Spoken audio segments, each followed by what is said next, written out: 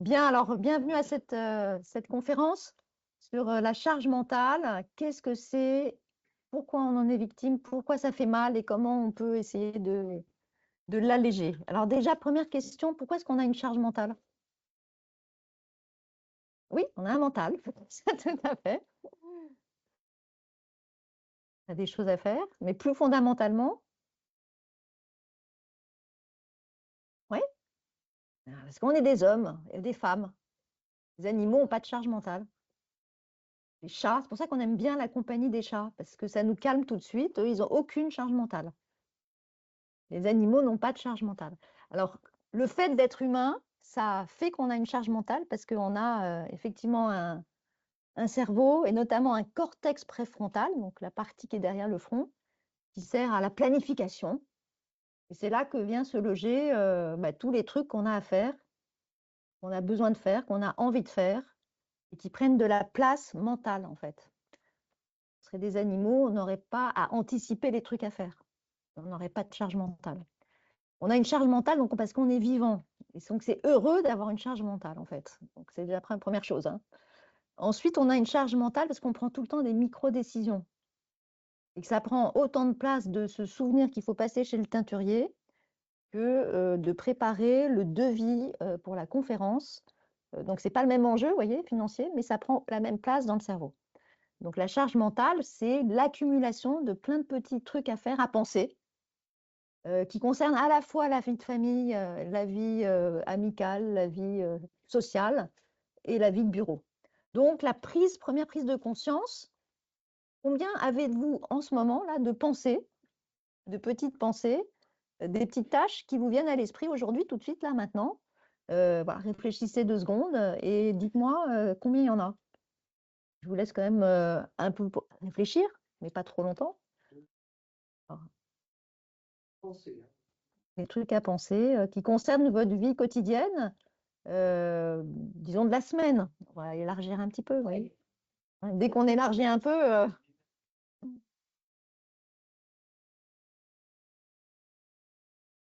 1 million? Non, beaucoup, plusieurs dizaines. Voilà. Donc, effectivement, si on prenait le temps là de réfléchir à tout ce qui est dans notre vie, dans votre vie, et qu'on réfléchit à toutes les actions à faire ou à penser faire pour le bien-être de notre vie, quelle que soit la catégorie, vous voyez, le rôle qu'on a, que ce soit un rôle sportif, de bureau, de famille, amical, etc. Vous voyez. Et là, on pourrait arriver jusqu'à une centaine, 120 à peu près, si on prend 20 minutes pour le faire. On ne va pas le faire là, on n'a pas le temps, mais c'est intéressant de faire cet exercice, en fait, pour se rendre compte. Donc, je vais faire cette conférence avec 5 petits chapitres. Donc, on va essayer déjà de comprendre ce que c'est, quelles sont les conséquences d'une surcharge mentale. On va voir que c'est quand même un sujet assez féminin en priorité, mais les choses changent un peu, mais ça reste un sujet de femmes, beaucoup. On a tendance à donner des mauvaises réponses et puis ensuite on va voir quelles seront les réponses adaptées pour diminuer cette charge mentale. Alors la charge mentale, qu'est-ce que c'est en fait? C'est le poids des pensées, pour le dire tout simplement. Et la définition, c'est le poids psychologique des préoccupations qui sont liées au cumul de l'organisation des tâches, à la fois domestiques, familiales et professionnelles. Ces tâches sont souvent invisibles et elles sont constantes. Donc, les caractéristiques de cette charge mentale, c'est qu'elles arrivent quand on ne les attend pas. C'est le côté disruptif. Vous êtes en train de vous concentrer sur un truc et bing, il y a une pensée qui arrive et qui vous interrompt sur votre tâche numéro 1. Ça, c'est une des caractéristiques. Deuxième caractéristique, c'est très intrusif en fait. Ça prend beaucoup de place mentale. Et donc, ça nous empêche de nous concentrer. Et c'est ça qui est embêtant, c'est qu'on est dérangé par soi-même en fait, en plus d'être dérangé par les autres, les mails, les chats et tout ça, on est aussi beaucoup dérangé par ces pensées, des trucs qu'on a à faire et qui viennent au moment où on n'a pas envie d'y penser. Donc, c'est un peu ça la charge mentale. Donc, la charge mentale, en fait, dans le cerveau, comment ça se passe? C'est une saturation de la mémoire à court terme. Alors, je ne sais pas si vous connaissez un peu les différents systèmes de mémoire qu'on a dans le cerveau, mais il y a différentes structures, dont une structure qui est indispensable à notre vie, qui s'appelle la mémoire à court terme, ou la mémoire de travail. dans laquelle viennent s'accumuler justement toutes les petites choses. Et cette caractéristique de cette mémoire à court terme, c'est qu'elle est limitée en taille et en durée. Donc, c'est typiquement, on vous donne un numéro de téléphone sur le quai du métro, vous essayez de vous en souvenir de mémoire, au bout de 20 secondes, vous pensez à autre chose et ça disparaît. Donc, la fonction de cette mémoire à court terme est de se vider pour être disponible à la nouveauté. Donc, quand on a une accumulation de petites pensées, ça vient là, et donc ça pèse, ça écrase même, hein. Et on appelle ce phénomène la boucle ouverte. C'est-à-dire que tant que la tâche n'est pas accomplie, elle revient. Donc la boucle est ouverte. Et cette boucle ouverte fait qu'il y a une accumulation de petites pensées. Alors si on regarde les chiffres, je ne vais pas vous en donner beaucoup, mais quelques-uns, donc assez récents, hein, donc de la charge mentale, à peu près 20% des Français estiment souffrir d'un excès de charge mentale. Et dans ces 20% de Français, il y a une majorité de femmes. C'est 23% des femmes et 14% des hommes. Voyez, et puis le degré de la charge mentale, donc le poids, en fait, il est évalué plus fort chez la femme que chez l'homme aussi. Donc il y a plus de femmes qui se sentent victimes de surcharge mentale et le poids est plus important. Alors, est-ce que dans cette salle, c'est pareil? Là, il y a plus d'hommes que de femmes, mais si vous êtes là, c'est que vous avez probablement un sentiment de surcharge. Mais en tout cas, voilà, c'est les chiffres assez fiables qu'on peut trouver. Quelles sont les implications de cette charge mentale? Alors, c'est qu'il y a un épuisement corporel du poids des pensées. Qu'est-ce qui souffre quand on a trop de pensées? C'est le corps. Ça épuise et donc on est fatigué, donc on n'arrive plus à se concentrer, etc., etc. Et donc, les signes de cette charge mentale, le sentiment de manquer de temps, de devoir toujours tout faire dans l'urgence, l'impression d'être débordé, d'avoir 1001 trucs à faire, des to-do list à ne pas finir, et puis une sorte de comparaison aux autres, de culpabilité, etc., qui se mettent en place. Alors, les signes ils peuvent être à la fois cognitifs, émotionnels et physiques, et donc les ressentis seront différents selon où ça vient taper, en fait. Cognitif, c'est ah ben, j'arrive pas à me concentrer, je perds la mémoire, je m'endors pas bien le soir. Vous voyez, ça c'est typique des signes cognitifs. Signes émotionnels, je suis énervée, je pète un câble tout de suite avec mes proches, etc.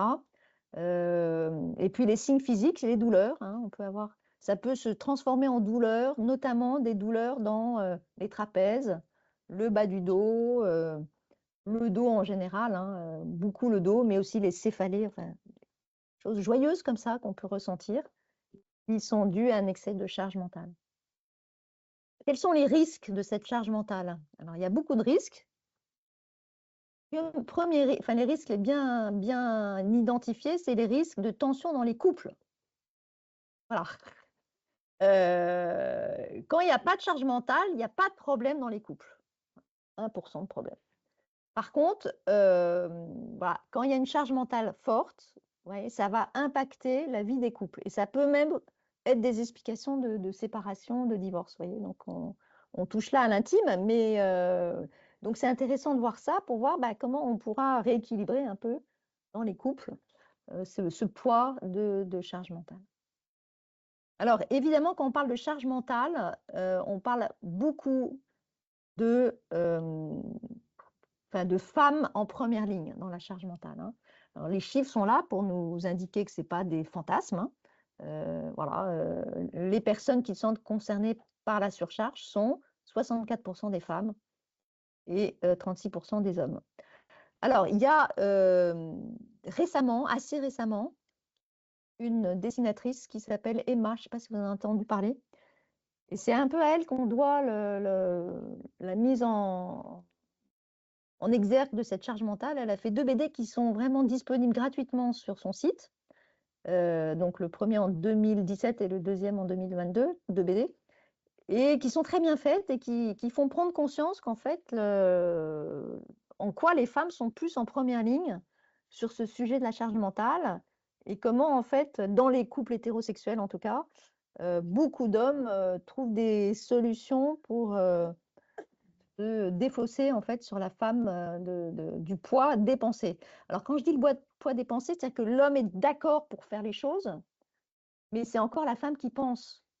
Donc, vous voyez, donc ça décharge un peu, mais pas tant que ça, parce que dans la charge mentale, ce qui pèse, c'est pas de faire, c'est de penser à faire. Et donc, là, je peux vous donner des exemples, hein, mais par exemple, il y a une jeune médecin pédiatre qui a été étonnée et qui a donc noté des réflexions qu'elle s'était faites au moment des consultations. Du type, aujourd'hui, devant moi, au laboratoire, un père accompagné de ses deux enfants pour des tests, il ne savait pas lesquels des deux en avait besoin. Que l'enfant va chez le pédiatre, mais il ne sait pas à qui mettre le vaccin, quoi. Donc, c'est toujours la femme qui est en charge, et ça bouge, hein, mais c'est lent. Donc voilà, donc là, effectivement, si l'homme fait plus dans le couple, il faut aussi qu'il prenne la part de penser à faire, parce que sinon, ça ne décharge pas tant que ça, euh, le poids. Et là, j'avais trouvé, ouais, Libération, ils ont l'art des titres. Celui-là, il m'avait quand même fait bien rigoler. Pour les femmes, un été à cran total. Vous voyez, parce que même en vacances, moi, je sais, j'ai eu 5 enfants, donc les vacances, c'est pas des vacances pour les mamans, hein, de 5 enfants, je peux vous dire. Il faut penser à tout le temps, et donc on a 2 heures par jour un peu tranquille, sinon on est tout le temps en train de penser à les repas, le club de l'optimiste, là, oublier les trucs pour aller à la plage, les trucs pour les ramener, enfin, bref. Et ça, c'est quand même très lourd, et ça fait que les vacances, même en vacances, en fait, on revient, on est crevé, bizarrement. Ouais. Alors, dans les aidants familiaux aussi, vous voyez qu'il y a beaucoup d'aidants familiaux, hein, il y a, je crois que 8 millions d'aidants familiaux. C'est un véritable tsunami. Et dans les aidants familiaux, ceux qui aident vraiment en prenant beaucoup de temps, notamment les personnes âgées malades, c'est 64% de femmes, 74% de femmes. Donc, vous voyez que là, quand ça devient des sujets très lourds, c'est encore beaucoup porté par les femmes, hein. Et dans ces femmes qui sont aidantes familiales, elles sont encore au travail, hein, je veux dire. Il y a cumul, hein, aussi de travail et de poids de l'aidant familial. Alors, qu'est-ce qu'on a tendance à apporter comme mauvaise réponse sur ce gros problème de la charge mentale? Première mauvaise réponse, et les réponses que tout le monde donne, c'est de penser que puisqu'on a plein de trucs à faire, on va en faire plein en même temps. Ça s'appelle le multitâche. Puisqu'on doit mener plein de trucs, hein, on va y aller et hop, on va faire en même temps. Alors, si vous avez un papier et un crayon, certains, on n'a plus jamais de papier et de crayon maintenant, c'est fini, hein. Voilà, petit exercice amusant pour se prendre conscience que le multitâche est un fantasme, en fait, quand les deux activités prennent le même canal, hein. Donc, si vous écrivez multitâche et juste en dessous 0, 1, 2, 3, 4, 5, 6, 7, 8, 9 le plus vite possible, on va faire le test avec vous, puisque vous avez un papier quand même. Bon, on va vous tester. Voilà. Alors, je prends mon chrono et vous écrivez, dès que je vous donne le top départ, d'abord multitâche et en dessous 0, 1, 2, 3, 4, 5, 7, 8, 9. Parti, 3, 2, 1, partez.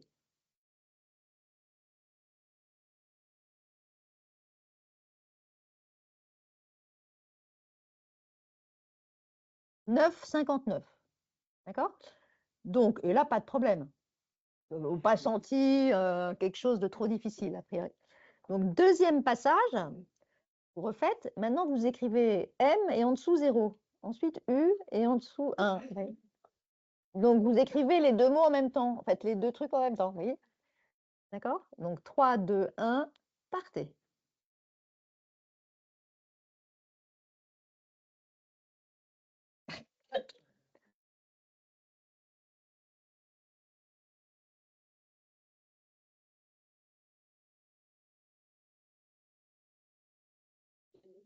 Vous voyez? 18, 13, donc le double. Double de temps, plus de fatigue cognitive, même dans un truc très, très, très simple, hein, et plus d'erreurs. C'est ça le multitâche, hein. On pense qu'on va plus vite en écrivant un mail et en répondant à un collègue en même temps. En fait, non, ça ne peut pas marcher. Deuxième petit exemple assez amusant. Qu'est-ce que vous voyez là en premier? Voilà. Alors, soit on voit le vase, soit on voit les deux visages. Mais on ne peut pas voir le vase et les deux visages en même temps. Rien que ça. On ne peut pas. Le cerveau, qui a presque 100 milliards de neurones, ne peut pas faire deux choses en même temps qui utilisent le même canal. Donc ça, c'est une solution. Alors, les mères de famille nombreuses, quand les deux actions n'utilisent pas le même canal, par exemple, on peut tout à fait repasser et écouter un podcast. On peut marcher et penser. On peut écouter la radio et conduire.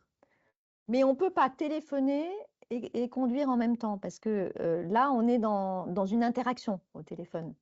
Et donc, s'il se passe quelque chose, on risque de ne pas être... voilà, on peut faire deux choses qui n'utilisent pas le même canal quand l'une des deux est automatisée. Mais même si c'est très automatisé, par exemple un pianiste, vous voyez, si vous le laissez jouer son morceau, il est super bon. Si vous lui posez une question, alors qu'il est vraiment très entraîné, il va quand même être très perturbé. On ne peut pas soutenir une conversation et jouer du piano en même temps. Impossible. D'accord ? Deuxième type de mauvaise réponse, celle-là on la connaît bien, hein, c'est prendre sur soi et tenir, tenir, tenir, tenir. Au bout d'un moment, qu'est-ce qui se passe? Ben voilà, il se passe ça, c'est-à-dire que ça finit par... alors ça explose d'une manière ou d'une autre. Ceux qui en prennent le plus en général, c'est les proches en fait. Hein. C'est eux qui prennent l'explosion. Garde, on garde, on garde. Donc voilà les types de mauvaises réponses. Et maintenant, on va essayer de voir qu'est-ce qu'on peut faire. Qu'est-ce qu'on peut faire pour l'alléger? Alors, on a vu que vie pro, vie perso, tout ce qu'on a à penser, bing, ça va dans le cerveau et là, ça pèse. Si vous voulez, vous êtes chez vous et que vous avez, je ne sais pas moi, un document à prendre, il ne faut surtout pas l'oublier pour demain quand vous irez au bureau. Qu'est-ce que vous allez faire? On anticipe, mais concrètement, j'écris, ouais. Si c'est un document, hein, c'est un document.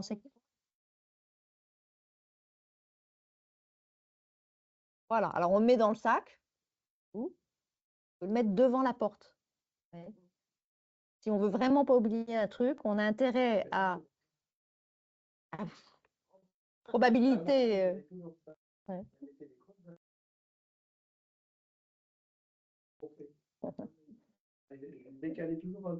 Ah oui, non, mais si c'est un dossier, on risque pas. Voilà. Voilà. En tout cas, ce qui est sûr, c'est que si on veut décharger cette charge mentale, en fait, c'est-à-dire que ça ne prenne pas de place dans notre tête, qu'on risque de l'oublier. Là. Si on ne veut pas l'oublier et que ça prenne plus de place, on va le placer à un endroit stratégique. Et surtout, qu'est-ce qui va se passer une fois qu'on aura posé ce dossier devant la porte ou dans le sac, qu'on est sûr de ne pas oublier? On n'y pensera plus. Et on aura confiance dans le fait qu'on n'y pensera plus. Donc la charge mentale sera plus là. Donc on a déchargé. Et vous voyez, le bon moyen, c'est de décharger. C'est-à-dire qu'au lieu de se laisser envahir de pensées comme ça, de trucs à faire, on va faire le transfert inverse. On va prendre tout ce qu'on a dans la tête et on va le mettre à l'extérieur de nous. Et donc là, il n'y a pas de meilleur moyen que de le noter. C'est ce qu'on fait d'ailleurs. Souvent, on a des to-do list. Mais il y a une manière de noter qui va marcher mieux qu'une autre. Donc, il y a des manières de noter qui vont faire qu'on ne va pas oublier. Et ces manières de noter, c'est donc, déjà prendre du temps pour lister tout ce qui est dans notre tête. Et si la pensée arrive et perturbe ce qu'on est en train de faire, tout de suite la mettre sur un post-it ou sur je ne sais pas quoi, et puis on leur dit, OK, je m'occupe de toi après. En fait, hein. Mais déjà décharger son cortex préfrontal physiquement en mettant par écrit, ça soulage énormément. Donc c'est une première stratégie toute simple qui permet de soulager cette charge mentale. Ensuite, dans la manière de noter, il y a, alors je ne sais pas si vous connaissez la méthode GTD, Getting Things Done, c'est une méthode américaine qui est pas mal. Elle est un peu compliquée, il faudrait que j'ai 2 heures pour vous l'expliquer, donc je ne vais pas le faire là, mais en gros, il y a une manière de noter qui est plus efficace qu'une autre, c'est cette pensée arrive, est-ce que je peux faire quelque chose? Oui ou non? Si c'est oui, alors si je peux la faire en 2 minutes, je la fais tout de suite. Si c'est non, je la note avec le premier petit pas concret, le PPP, là, plus petit pas concret que je peux identifier qui va faire que j'avance dans cette tâche. Par exemple, je donne un exemple tout simple. Organiser l'anniversaire de maman. Ça, c'est une pensée, mais c'est pas concret, en fait, parce que dans ce dossier-là, il y a 50 trucs à préparer. Donc, organiser l'anniversaire de maman, bah, faire la liste des invités. Ça, c'est concret, vous voyez. Et ensuite, je sais quand je peux la faire, et du coup, je pourrais mener cette tâche, mais elle m'encombrera plus l'esprit. Faire un gâteau pour l'anniversaire de maman, est-ce que je peux le faire tout de suite? Non. Est-ce que je peux déléguer? Peut-être. Peut-être, donc il ne faut pas hésiter, dès qu'on peut déléguer, vous voyez, soulager la charge mentale, c'est de mettre à l'extérieur, et aussi trouver des gens pour déléguer. Pas de raison que tout soit toujours que sur mes épaules, etc. Et ensuite, le quand. Donc, vous voyez, cette to-do list, ça soulage vraiment l'esprit, mais la rendre le plus concret possible, c'est-à-dire travailler par des petits pas. PPPP, premier plus petit pas possible, qui fait que j'avance dans l'accomplissement de la tâche. Ensuite, il y a une priorisation qui se fait souvent. Comment on priorise les actions qu'on a à faire en général, au bureau notamment? L'urgence. La grande priorité aujourd'hui, c'est l'urgence. Ce qui fait que les trucs importants mais pas urgents sont tout le temps décalés, en fait. Et malheureusement, en faisant ça, d'abord, on est tout le temps, on a l'impression d'être tout le temps en train de courir après le temps. Et le sentiment aussi désagréable de ne pas avancer sur les choses qui sont plus importantes pour nous, voire même pour notre job, hein, mais que finalement on arrive à décaler en fin de journée quand on est bien fatigué, ou le matin très tôt avant les heures d'ouverture du bureau, etc. Donc, vous voyez, et ça, c'est quand même quelque chose qui est devenu assez compliqué à gérer, cette accumulation d'urgence, parce qu'on pense qu'on est efficace si on répond tout de suite. Et il y avait un homme qui s'appelait Eisenhower, à qui on posait la question. Alors lui, c'est lui à qui on a confié le débarquement du 6 juin. Donc c'était le grand penseur de ce débarquement. Et puis quelques années après, il est devenu président des États-Unis. Et il a mené beaucoup, beaucoup, beaucoup de grands travaux notamment. Et il avait la réputation d'être quelqu'un d'extrêmement organisé et jamais débordé. Donc on lui a demandé, c'est quoi le secret de votre organisation? Réponse d'Eisenhower: ce qui est urgent est rarement important. Ce qui est important est rarement urgent. D'où cette matrice, en fait, que vous connaissez sûrement, qui est la matrice d'Eisenhower, où on peut mettre quand vous aurez fait votre to-do list de la semaine, là, vous pourrez classer vos items dans cette matrice. Toujours intéressant de faire cet exercice. Et en général, on met tout dans le carré en haut à gauche, hein. On met tout dans urgent. On met tout dans urgent et important, sans distinguer. Et on se retrouve donc avec ce poids. Mais non, il y a des choses qui sont moins urgentes, mais qui sont plus importantes. Et c'est celles-là qu'il faudrait arriver à prioriser un petit peu plus, en fait. Donc, identifier des choses qui sont moins urgentes et plus importantes et leur accorder un temps dans nos semaines bien chargées. Il y a aussi beaucoup de choses qui sont urgentes, mais pas importantes du tout. Donc ça, c'est aussi à identifier. Alors, dans les organisations, je ne sais pas combien de mails vous recevez par jour, mais en général, il y a des inflations d'informations qui circulent, où on met tout le monde dans la boucle, mais en fait, du coup, dans les 100 mails qu'on reçoit, il y en a peut-être 60 qui sont pas importants, en fait. Donc là, arriver à se débarrasser un peu de cet encombrement qui vraiment n'a ni importance, mais qu'on a tendance à mettre dans l'urgence. Et puis, il y a des choses qui sont urgentes et pas très importantes. Et là aussi, essayer de trouver, est-ce que je peux moi agir ou est-ce que je peux trouver des gens qui peuvent voilà, coagir, en tout cas trouver une sorte de délégation. Donc, voilà. Ça, c'est la matrice d'Eisenhower, ça fait réfléchir quand même. Donc prendre un moment aujourd'hui, puisque vous avez la conférence dans la journée, ce soir, de vous poser la question de, voilà, est-ce qu'il y a une activité voilà, pas vraiment importante pour vous, mais pas urgente, que vous auriez envie d'avancer, sur laquelle vous avez envie d'avancer, et la prioriser. Alors ensuite, il y a des solutions qui sont de l'ordre de la régulation de notre bien-être. Il y en a une que j'aime beaucoup, à laquelle on ne pense pas tellement, c'est voilà, pour diminuer notre charge mentale, pour arriver à être mieux, pour être plus détendu dans notre vie, en fait, prendre du temps pour aller en fait faire des pauses dans la nature. Alors j'insiste sur le fait que cette pause doit être à l'extérieur, dans un environnement naturel, si possible beau. Alors, la beauté, elle se trouve partout, hein. Je veux dire, même ici, moi je vois ces plantes là dehors. Je veux dire, à la limite, ça suffirait, oui, un rayon de soleil qui tape sur à travers une vitre sur une plante. Moi, ça peut me réjouir pour une journée. Donc la beauté, elle se trouve partout. Il y a des endroits où on la trouve mieux. Et d'ailleurs, on le sait bien quand on part en vacances dans un endroit magnifique, comme ici cette femme qui est devant ce lac de montagne. Qu'est-ce qui se passe pour le cerveau quand on est face à la beauté? Ça actionne en fait ce qu'on appelle l'attention flottante, qui va complètement régénérer notre mental. Et ça va diminuer ces pensées invasives de façon presque automatique et sans rien faire. Donc ça, c'est génial. Ça demande zéro effort, ça fait du bien. Et la théorie qui est derrière, qui a été prouvée, qui s'appelle la Attention Restoration Theory, d'un monsieur Kaplan qui est un chercheur américain, c'est que quand on est face à la beauté et une beauté en mouvement, c'est pour ça qu'on est bien devant la mer, devant un lac, devant un feu de cheminée en hiver, feu de cheminée suffit, ça restaure complètement cette attention flottante qui va nous remettre dans un bien-être. Et ça, vous voyez, c'est gratuit. Enfin, parfois, il faut aller quand même dans les endroits très beaux, mais un feu de cheminée, si vous en avez, ça suffit en fait. Et même se promener à Paris le long de la Seine, vous voyez la Seine qui bouge, ça suffit pour restaurer ce bien-être par le contact avec la nature. Donc là, moi je trouve que il y a plein d'autres trucs qui vont faire baisser la charge mentale, mais celui-là, il me paraît tout à fait intéressant. Alors sinon, on va aussi parler de respiration. Vous voyez, quand on est en suffocation dans nos journées où on est à la course là, comme ça, du matin au soir, et prendre des temps. Alors c'est pas des temps longs, c'est ça qui est intéressant. Ce sont des temps qui sont limités, 5 minutes. Et 5 minutes de respiration permettent de baisser le niveau de stress. Il y a une respiration en particulier qui est la cohérence cardiaque.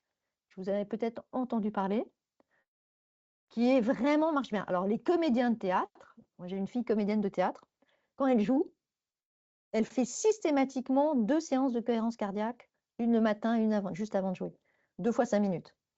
Qu'est-ce que ça fait? Vous voyez, ça remet, ça c'est quand on a un petit capteur et on voit son cœur avant respiration, ça ressemble un peu à ça. Et après 5 minutes de respiration, cohérence cardiaque, ça donne vraiment une cohérence entre les émotions, entre le cerveau et le cœur, entre les émotions et le rythme cardiaque. Et tout ça se remet en cohérence simplement par 5 minutes d'exercice. Alors, si on a le temps, donc on peut le faire. Ça vous dit? Parce que voilà. 5 minutes, donc par contre, il faut voir l'écran. Après, c'est évidemment la pratique qui fait l'efficacité. C'est pas en un coup que ça va marcher, hein, il faut le faire souvent. Et ça marche très bien. Alors, Léon Marchand, qui est un grand champion, là, qui était inconnu il y a quelques mois, qui est devenu le pauvre d'ailleurs, une star internationale, il a failli arrêter la natation juste après le Covid. Et il a eu besoin d'une préparation mentale. Et il raconte sa préparation mentale dans un petit épisode que vous pouvez trouver sur Brut. Et il raconte notamment que dans sa préparation mentale, il y a eu plein de choses, notamment l'intégration de la cohérence cardiaque. Et lui, ça a été extrêmement utile. Et pas tous champions de natation, hein, mais enfin, si ça marche pour quelque chose d'aussi exigeant qu'un entraînement de haut niveau, ça marche aussi pour tout le monde, en fait. Ah, est-ce que ça part? Non, ça part pas. Donc, je vais me mettre sur Internet.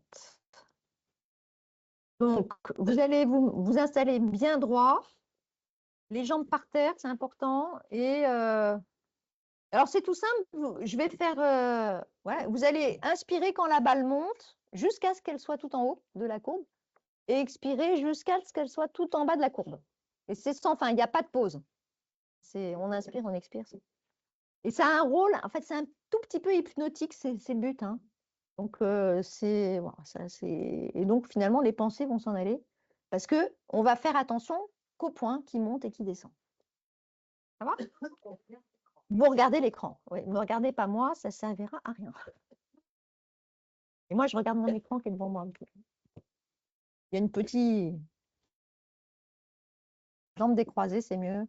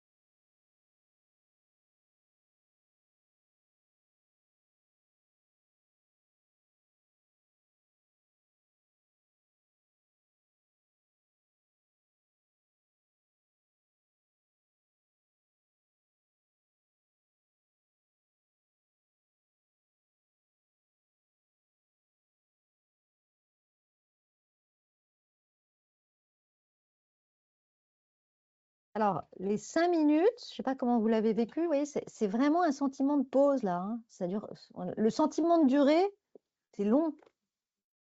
On n'a pas le sentiment que c'est 5 minutes, ça paraît long, hein, parce qu'on s'extrait complètement de ce qu'on a fait. Et aussitôt, vous voyez, physiquement, on peut ressentir des épaules qui baissent, la chaleur qui se rediffuse dans le corps, enfin, ça circule mieux en fait. Et de cet exercice, à condition de le faire souvent, c'est que ça fait effet pendant 4 heures. C'est-à-dire que 5 minutes égale 4 heures. Euh, du coup, c'est assez rentable, je trouve. Ah oui, oui, voilà, c'est complètement.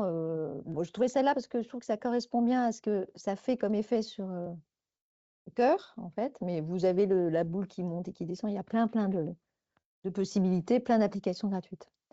Voilà, ça c'est typiquement une astuce pour retrouver du calme. Et résultat, ça va mettre les pensées à distance, en fait. Vous voyez, on se retrouve beaucoup mieux pour pouvoir gérer tout le quotidien, souvent encombré dans lequel on est. Ça va là-dessus? Vous avez des questions, des remarques, des choses? Ouais, allez plus loin. Vous pouvez régler, en fait. Là, c'est le format le plus classique. Donc, c'est 6 respirations par minute. Mais vous voyez, on a mis à la même distance l'inspire et l'expire. Voilà. On peut augmenter, c'est-à-dire faire, au lieu d'en faire que 6, on peut en faire que 5. Ce sera un peu plus long à l'inspire, un peu plus long à l'expire. Il y a d'autres respirations qui sont géniales aussi. Celle-là, je vous la présente aussi. C'est la 4-4-6-2. Alors, c'est un peu la même chose, mais différent. Là, on a, donc, on inspire, ensuite on fait une pause équivalente au temps d'inspire. Et puis, on va expirer plus longtemps. Puis on va refaire une petite pause. Alors, celle-là, elle est à faire quand on est énervé. Cohérence cardiaque, pas besoin d'être énervé. C'est plus pour un quotidien. Quand on se sent un peu énervé, soit il faut faire un tour dehors, soit taper dans ce que je faisais, moi, taper dans un coussin. Là, je l'ai beaucoup fait, mais quand mes jumeaux étaient tout petits, et qu'il y en avait un qui partait faire une bêtise là et l'autre là, au bout d'un moment, je fais. Voilà. Bon, bref. Et donc, je tapais le coussin plutôt que l'enfant. Et oui, deux, trois, parce qu'il y en avait un troisième en dedans. Donc, voilà. Et donc là, ça me défoulait bien. Mais si on veut le faire de façon plus douce, cette respiration-là est tout à fait géniale. Je vous la montre aussi. Elle active le système parasympathique. Alors, on a un système d'accélération, un système de frein. L'accélération, c'est le système sympathique. Et on est, quand on vit dans l'urgence et dans le temps compte, etc., on est tout le temps sur ce système où on appuie sur l'accélérateur. Et en fait, on a du mal à retrouver le frein. Et le système parasympathique, en fait, il est activé par ce type de respiration. Voilà. Donc, je vous montre également. On va pas le faire aussi. On va pas le faire aussi longtemps. On va le faire. Euh,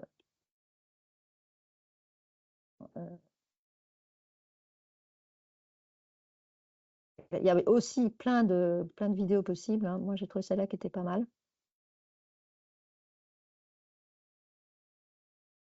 Voilà. Alors, je vais juste vous le montrer, en fait, juste au début. On va le faire 1 minute ou deux, simplement pour vous montrer. Donc là, vous allez juste suivre. Petite. Donc, on inspire avec la boule et ensuite on retient.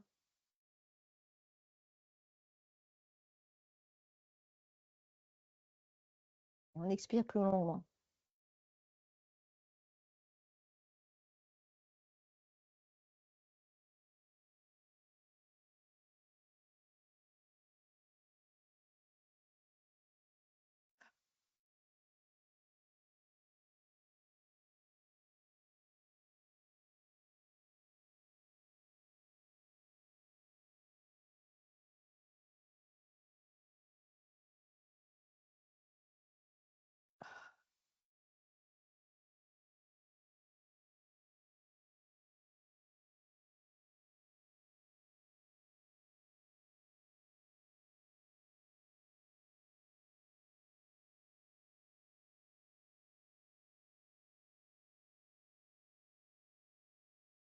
Bon, après, on peut le faire pendant 5 minutes, mais vous voyez, c'est un effet plus fort parce que du coup, on est un peu en apnée.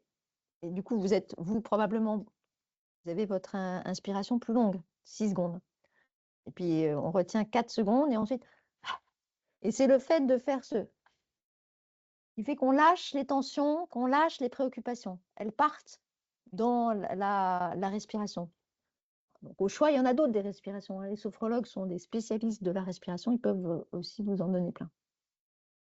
En tout cas, ces deux types de respiration sont tout à fait intéressantes et sont très efficaces pour voilà, baisser un peu la charge mentale. Alors, on ne peut pas non plus ne pas parler de méditation pleine conscience. Vous en avez sûrement déjà entendu parler. Vous avez déjà fait venir des gens là-dessus ou pas? Ou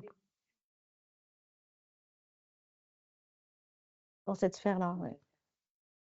Alors, l'idée derrière, c'est justement, vous voyez, c'est pour calmer ce qu'on appelle le bavardage des pensées.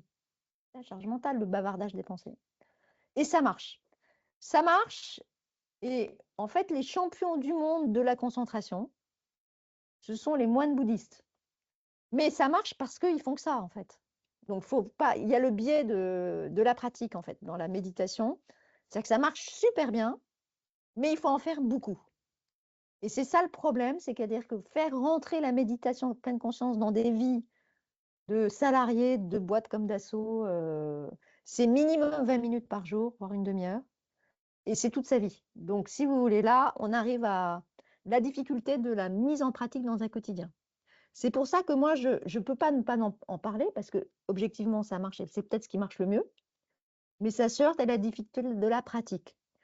La cohérence cardiaque ou les respirations, vous voyez, l'avantage, c'est que là, pour le coup, ça rentre dans nos quotidiens.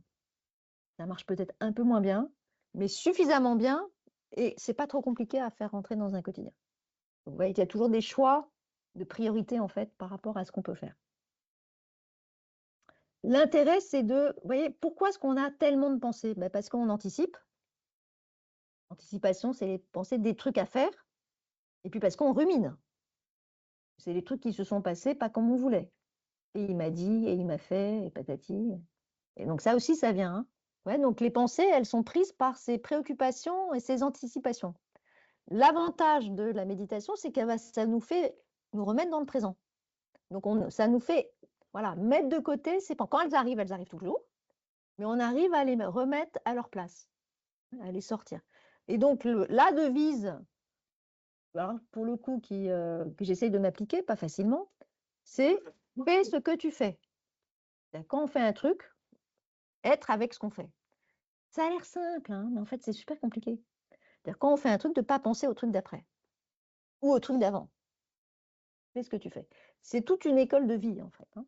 Alors, il y a une autre pratique que j'aime beaucoup, qui est d'un médecin suisse du début 20e, donc elle a 100 ans, vous voyez, elle n'est pas très connue, mais elle marche très bien, c'est celle de la méthode qu'on appelle Vitose. C'est un médecin suisse qui l'a mise en place et qui s'était rendu compte qu'en fait, les gens étaient stressés et pas concentrés à cause d'un mauvais équilibre des pensées. Des pensées qui arrivent et des pensées qu'on émet. Donc, il appelait ça émissivité et réceptivité. Et tout le principe de sa méthode, c'est de rééquilibrer ses pensées. Comment? Ça passe par le corps. Et là, je trouve ça intéressant aussi. C'est-à-dire qu'on va pas faire autre chose. On va mener notre vie comme on la mène. On ne va pas faire 20 minutes où on ne fait rien, comme dans la méditation. Simplement, on va essayer de faire ce qu'on fait, justement. Donc, d'être dans la pensée de ce qu'on est en train d'accomplir. Toutes les pensées, y compris les plus banales. Je me lave les mains, je suis avec l'eau qui coule sur mes mains et je ressens l'eau qui coule sur mes mains. Et qu'est-ce que ça me fait sentir? Vous voyez, donc, c'est une réadaptation par la sensorialité. Et ça, je trouve ça très intéressant parce que ça prend aucun temps. C'est juste d'être plus en conscience des gestes qu'on est en train de poser. Et alors, donc, il y a des thérapeutes vitaux, ça existe, hein. Et justement, les enfants qui ne sont pas du tout concentrés à l'école, ça marche assez bien pour eux. On arrive à les remettre en concentration en leur faisant faire des exercices où on est complètement à ce qu'on fait. Alors, par exemple, il y a l'exercice de dessiner l'infini avec son doigt ou avec un crayon, hein. Et quand on dessine la fille, on peut le faire ensemble, hein, pour que je ne sois pas ridicule toute seule. Voilà, on pense, voilà, les yeux sont vraiment avec le doigt et on pense vraiment à ce qu'on fait. Et on le fait pendant quelques 30 secondes, 1 minute. Ça paraît tout bête et ça fonctionne assez bien. Les thérapeutes viteuses sont là pour l'attester. Et donc, c'est un peu le principe de la pleine conscience des gestes qu'on fait du quotidien. Donc, quand on est en train d'être avec un enfant, par exemple, on est avec lui. Et souvent, c'est pas du tout ce qu'on fait, hein. Il y a des mamans de jeunes enfants ici. Oui. Voilà, sortie de l'école, on préfère souvent discuter avec la copine. Et l'enfant, qu'est-ce qu'il fait? Il s'accroche au manteau et dit: «Maman, écoute-moi». «Oui, oui, je t'écoute» et je parle en même temps à ma copine. Et l'enfant, il est très sensible à ça, en fait. Quand on donne de l'attention, est-ce qu'on la donne vraiment? Objectivement, dans une conversation banale, même au bureau. Quand vous êtes en Teams, là, sur vos réunions, est-ce que vous êtes dans votre réunion ou est-ce que vous êtes ailleurs? On a le droit de pas répondre. Voilà. Et en fait, vous voyez, d'être avec ce qu'on fait, ça va nous rendre présents à ce qu'on fait et donc ça va écarter ces pensées parasites.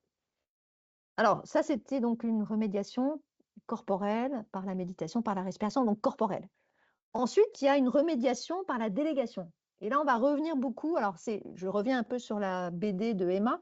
Je vous conseille d'aller la lire parce qu'elle est vraiment. Elle fait réfléchir en tout cas.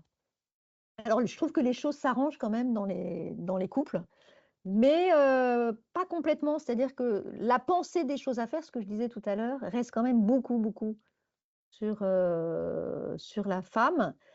Et donc là, il y a moyen de déléguer mieux. Alors, comment faire? Alors, elle donne la solution après avoir listé toutes les manières dont voilà, les hommes ont tendance à se débarrasser des tâches, euh, notamment en les faisant mal ou en les faisant trop consciencieusement, ou en les faisant pas au bon moment, etc. Donc finalement, la femme qui est un peu plus concernée ou dans le perfectionnisme, en fait, va préférer faire que laisser faire. Notamment le rangement du lave-vaisselle. Je ne sais pas si vous êtes comme moi. Non? Ah oui. Alors, il y a le maniaque de la maison et si on ne range pas son lave-vaisselle comme il veut, là, on refait tout derrière. Ça peut être un homme, ça peut être une femme. Bien souvent, c'est la femme. Mais c'est vrai que moi, je me trouve ridicule, mais je suis comme ça.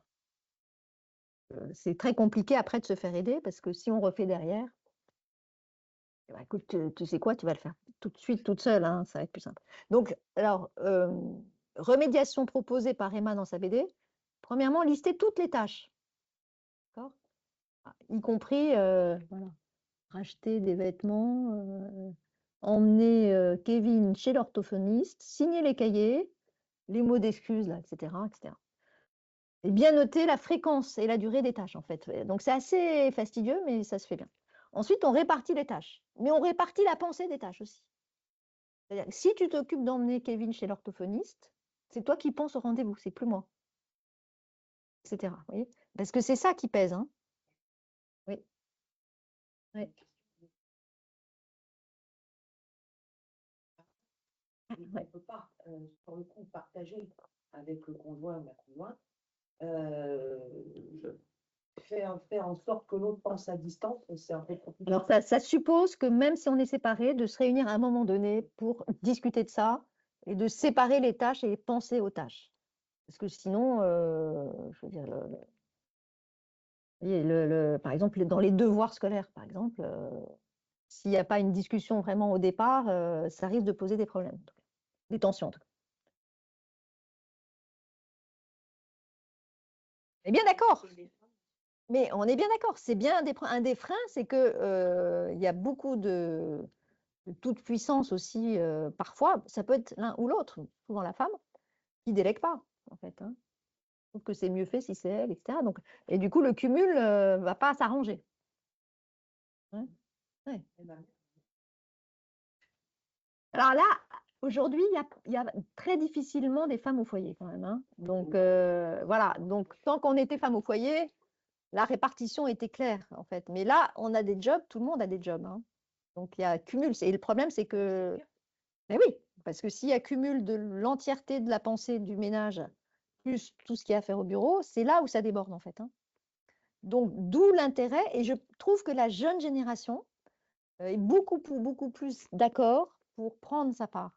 Et les hommes ont été mieux éduqués. Il y a encore du boulot, mais ça, les choses changent quand même, hein. Les choses bougent, les lignes bougent. Donc ensuite, on s'engage à faire les tâches correctement. Donc il faut s'entendre sur le mot. Qu'est-ce que ça veut dire correctement? Et attends. Parce que si c'est 3 jours après, et si c'est fait à moitié, ça ne va pas résoudre les problèmes, hein. Donc ça implique de se former. Et là, on peut former. Moi, j'ai formé mon fils il n'y a pas si longtemps, mon dernier qui est encore chez moi, à comment on lance une lessive en fait. Parce que c'était n'importe quoi. Il foutait le noir avec le blanc, donc tout était gris. Moi, ça me rend dingue. Non, mais après, quand c'est votre chemise qui est très blanche, parce que je fais gaffe, mais si elle devient grise, ça me rend folle, moi. Donc, je préfère faire, je dis, ne touche pas. Non, je forme. Je mélange pas blanc et noir. Ça suppose du temps et que l'autre soit d'accord pour être formé. C'est tout. Quand on est au boulot, on est formé aussi. Pas de raison qu'il y ait. Et puis que, voilà, ne pas pallier ses oublis, ça j'aime bien, voilà. Donc, parce que si on pallie ses oublis, c'est ce qu'elle appelle le renforcement négatif. Le truc se fait tout seul. Donc, pourquoi je vais m'embêter à faire? Donc, s'il oublie de laver le linge de tout le monde, je lave que mon linge. Alors, il y a aussi des initiatives assez rigolotes, du style un groupe WhatsApp. Vous n'en avez pas assez des groupes WhatsApp, hein, maintenant. On peut en rajouter un. Le qui fait quoi? Hein, donc, qui fait quoi? Qui fait quoi pendant une semaine? Notez tout ce qu'on a fait. Alors, on commence par faire un bilan de ce qu'on a fait dans la semaine, tout ce qu'on a fait pour la maison, combien de temps ça a pris, et prendre conscience de ce que fait l'autre. Voilà. Parce que souvent, il y a des manques de prise de conscience. Il y avait une vidéo très rigolote d'une jeune femme en couple avec un jeune, hein, donc je sais pas, 25 ans, même pas. Et son compagnon pensait qu'il faisait très bien et qu'il faisait beaucoup de choses. Et en fait, elle l'a filmé. Elle l'a filmé et elle l'a foutu sur les réseaux. Et après, elle a formé le gars qui a pris conscience du coup. Donc, c'était assez solo. Bon, enfin bon, il ne faut pas non plus que ça rentre dans un combat, vous voyez. Donc, je pense qu'il peut y avoir du dialogue, il peut y avoir des choses posées. Et les féministes s'emparent un peu de ce sujet aussi pour revendiquer beaucoup. Moi, je n'irai pas jusqu'à là, mais en tout cas, l'idée du dialogue et de la répartition juste de la délégation, alors ça peut se faire au bureau aussi, parce qu'il y a la même chose au bureau, en fait, hein, dans les petites tâches de nos jobs respectifs.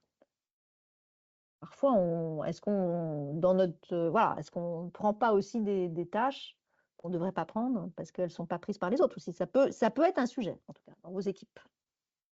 Voilà. Et puis, donc là, pour nous, les femmes, en tout cas, faire confiance.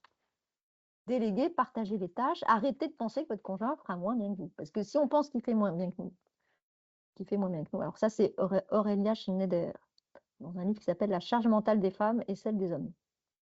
Voilà. Et puis, lâcher le contrôle, cesser le perfectionnisme. C'est tout un cheminement, hein, et nous, on n'est vraiment pas... Voilà, on a du boulot, hein, encore là-dessus. Et puis, peut-être aussi savoir dire non à un moment donné. Arrêter de prendre, jusqu'à ce que ça explose. Et savoir dire non, c'est très difficile quand on n'a pas été habitué à dire non. Voilà. Et puis, quand on sent que ça sature, se faire aider.